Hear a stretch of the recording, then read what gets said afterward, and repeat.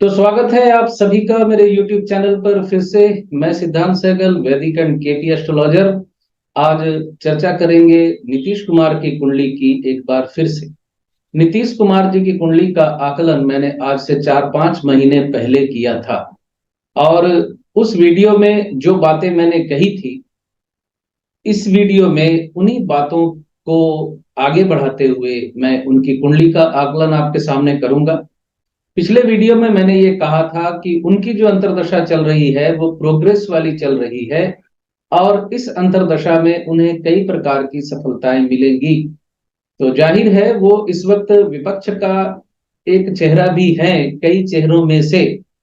और कर्नाटक में कांग्रेस की जीत के बाद इक्वेशन नए तरीके से तैयार हो रहे हैं, और कर्नाटक में कांग्रेस की जीत के बाद भी नीतीश कुमार जी इररिलेवेंस नहीं हुए हैं। जैसा कि राजनीतिक गलियारों में ये चर्चा है कि कांग्रेस मजबूत होगी तो बाकी का विपक्ष कमजोर पड़ जाएगा। तो ज्योतिष में जैसा कि देश काल और पात्र तीनों को ध्यान में रखते हुए फलादेश करना पड़ता है, तो मैं यहाँ ये स्पष्ट रूप से आपको कहने जा रहा हूं कि कांग्रेस एकक तरीके से, यानी सिर्फ अपने बल पे आने वाले लोकसभा चुनावों को अपने हक में नहीं मोड़ सकती। तो यहाँ नीतीश कुमार को कांग्रेस दरकिनार नहीं कर पाएगी। तो उनकी कुंडली पे लिए चलता हूं आपको। पिछले वीडियो को भी देखिएगा, मैं इस वीडियो में उस वीडियो का लिंक भी आपको यहाँ आई बटन में दे दूंगा। मैं अब आपको उनकी कुंडली पे लिए चलता हूं। तो ये नीतीश कुमार जी की कुंडली है, और नीतीश कुमार जी का जो जन्म समय है वो 1 मार्च 1951 गुरुवार यानी बृहस्पतिवार का दिन है।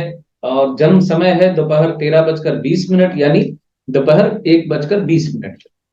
मिथुन लग्न और वृश्चिक राशि की कुंडली है उनकी।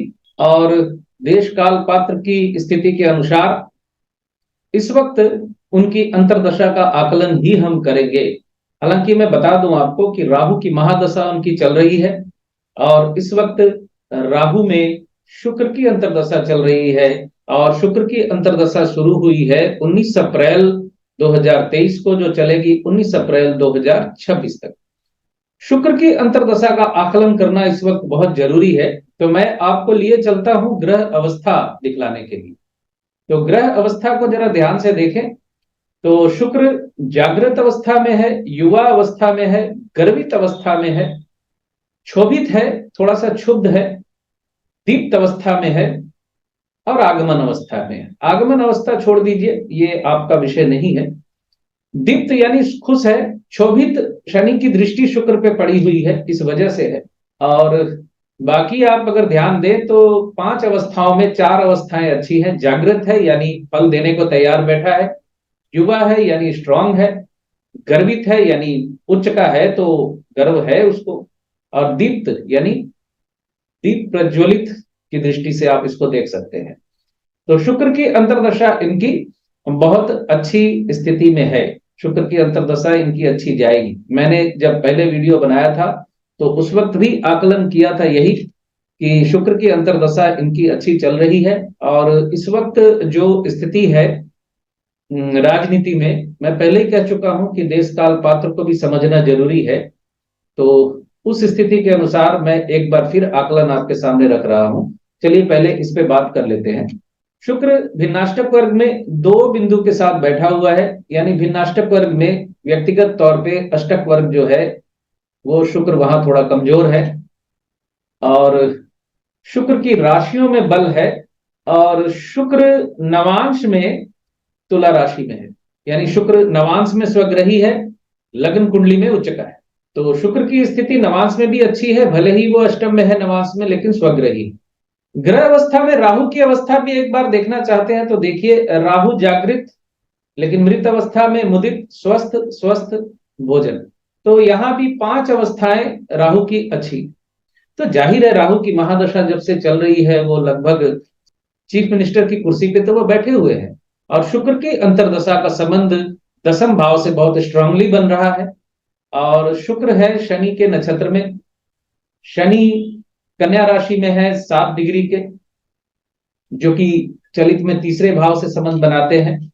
शनि अष्टमेश है, लेकिन शनि अपनी मित्र राशि में यहाँ बैठा हुआ है, तो शनि की स्थिति भी बहुत ज्यादा कमजोर नहीं दिखती। देख लेते हैं यहाँ अवस्था में शनि स्वप्न वृद्ध है, कमजोर है, क्षुधित है यानी थोड़ा भूखा है, दीन अवस्था में है, शांत अवस्था में है और निद्रा अवस्था में है। तो दो अवस्थाएं इसकी ठीक है, और यहाँ दो अवस्थाएं या तीन अवस्थाएं बहुत बेहतर नहीं है। तो शनि यहाँ अष्टमेश भी है, ये आपको ध्यान रखना होगा। तो शुक्र की अंतर्दशा जो है इनको बाधाएं भी बहुत देगी, बिना बाधाओं के कोई सफलता इनको मिलती नहीं नजर आती। और जहां तक इस कुंडली के आकलन की बात है, तो नीतीश कुमार जी विपक्ष का चेहरा बने रहेंगे, क्योंकि देश काल पात्र की स्थिति को अगर हम आकलन करें तो कांग्रेस एकक अवस्था में विपक्ष का चेहरा नहीं बन पाएगी। इस वक्त यही स्थिति है, और बिना देश काल पात्र की स्थिति को समझे फलादेश नहीं किया जा सकता। तो नीतीश कुमार रिलीवेंट बने रहेंगे। नीतीश कुमार जी की कुंडली की अंतर्दशा इस वक्त उनकी बहुत अच्छी है, स्ट्रांग है। तो मूलतः मैंने आपको शुक्र की अंतर्दशा का फल दिखलाना था, और नीतीश कुमार जी की कुंडली का आकलन जो मैंने पहले किया था उस बात पे मैं आज भी स्थिर हूं कि नीतीश कुमार जी का समय जो है वो अच्छा चल रहा है। हाँ, यहाँ एक बात और ध्यान रखने योग्य है कि नरेंद्र मोदी जी की भी वृश्चिक राशि है और नीतीश कुमार जी की भी वृश्चिक राशि है, और वृश्चिक राशि के जातकों के लिए शनि देव इस वक्त चतुर्थ भाव में विचरण कर रहे हैं, और चतुर्थ भाव में शनि देव का विचरण का मतलब होता है शनि का ढैया चल रहा है। तो जो स्थिति गोचर में मोदी जी की बनी हुई है वही स्थिति गोचर में नीतीश कुमार जी की भी बनी हुई है। तो नीतीश कुमार जी विपक्ष का चेहरा तो बनेंगे, लेकिन आखिरी वक्त पे इनके नाम पे कुछ विरोध भी होते दिखेंगे आपको। तो जहां तक बात ये आ रही है कि नीतीश कुमार जी प्रधानमंत्री की रेस में है, तो है वो, लेकिन आखिरी वक्त पे मुझे लगता है इनको कुछ समस्या आएगी। हालांकि शुक्र अगर इनको गद्दी दे दे, पद दे दे, तो आश्चर्य भी होने की जरूरत नहीं है, क्योंकि शुक्र इनका उत्थान दिखला रहा है। मेरे इस वीडियो के साथ पुराने वीडियो को भी एक बार देखिएगा, तो आपको तस्वीर और साफ होती नजर आएगी। तो यहां मैं अपनी वाणी को विराम देता हूं। वीडियो अच्छा लगे तो लाइक शेयर एंड सब्सक्राइब भी जरूर कीजिएगा। खुश रहिए, स्वस्थ रहिए।